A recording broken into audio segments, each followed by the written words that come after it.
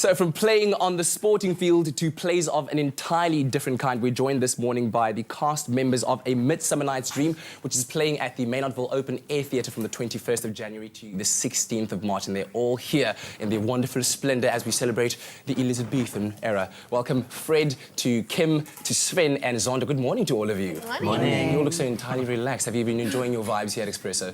We're still half asleep.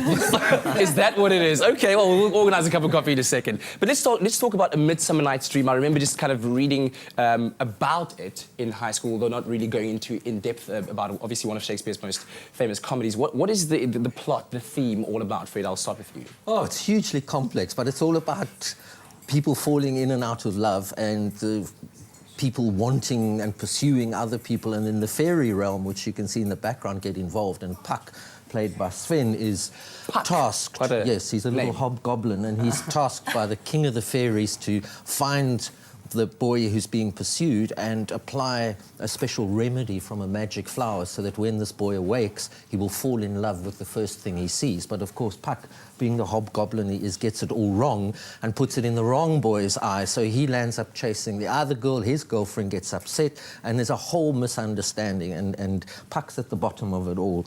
But at the same time, the king and queen of the fairies, that's Titania, played by Kim, you can see there. Is that her with the pink hair? That's her with the pink Titania, fro. The pink fro, yes. And this is Marcel playing Oberon. They're also at loggerheads. So the love relationship, even in the fairy world, is a bit astray. So Oberon takes some of the flower, juice from the flower, and puts it in her eyes as well, so that when she wakes up, the first thing she sees will fall in love with. And of course, Puck gets up to his mischief and transforms somebody into a donkey traditionally, but in our African version, he changes him into a quagga.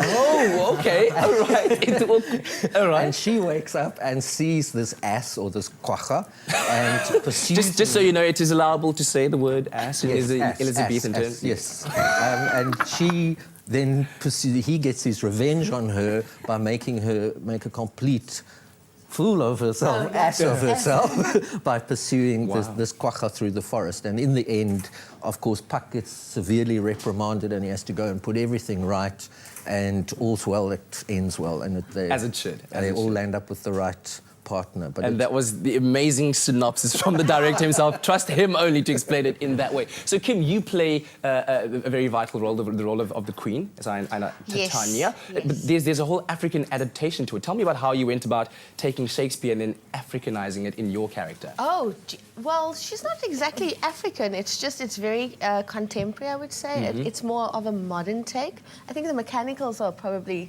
the more African take on it. It's traditionally set in Athens, and we've chosen to set it in Athens on a luxury game farm called Athens. You set it in Athlone, then? No. That's where I come in. Yeah. But it's just the modern take, and I think the costumes play hugely towards that. The feel, like how Fred also directs. They're very itchy, these costumes, just by the way. I don't know how you guys managed to spend 3 hours in them. To be or not to be. No, ours are very different. In Dream specifically, I don't know. You'll see. There's lots of silks and feathers, and so it's a lot more. It's easier. It's comfortable. It's very comfortable actually to act in them. Okay, all right. They kind of lend themselves. Well, what was that? Zonto, you just did it's very comfortable for us, and then you patted... Well, look behind you. Look at what Sven's wearing. What are you wearing, Sven? Tell us about that costume. What's happening in that It's an scene? elaborate thong. A long song. All right. No, it's like just like these long, nice leggings with crazy feathers happening and like tight. It's fabulous. Zonto, your character, so we've heard about Puck and we've heard about Titania, the Queen. What is your character? My character's name is Hermia, as you can see there. She's the one who falls short of the spell because he puts the spell on my boyfriend, who is Lysander, who then falls out of love with me and then falls in love with my best friend. Wow, and looking at you right now, I can just say, hell hath no fury. Like a woman scorned. You look like you could slap me upside the head and so bad. That's exactly what happens in the play. She goes mad when she finds out that he's fallen in love with her girlfriend, her best friend. So yeah, it gets quite hectic. And all of this infused in this cauldron of comedy and spectacular yeah, it makes scene. it fun and very funny. Tell me about kind of, getting into the whole Shakespearean thing. Sven, let's talk to you.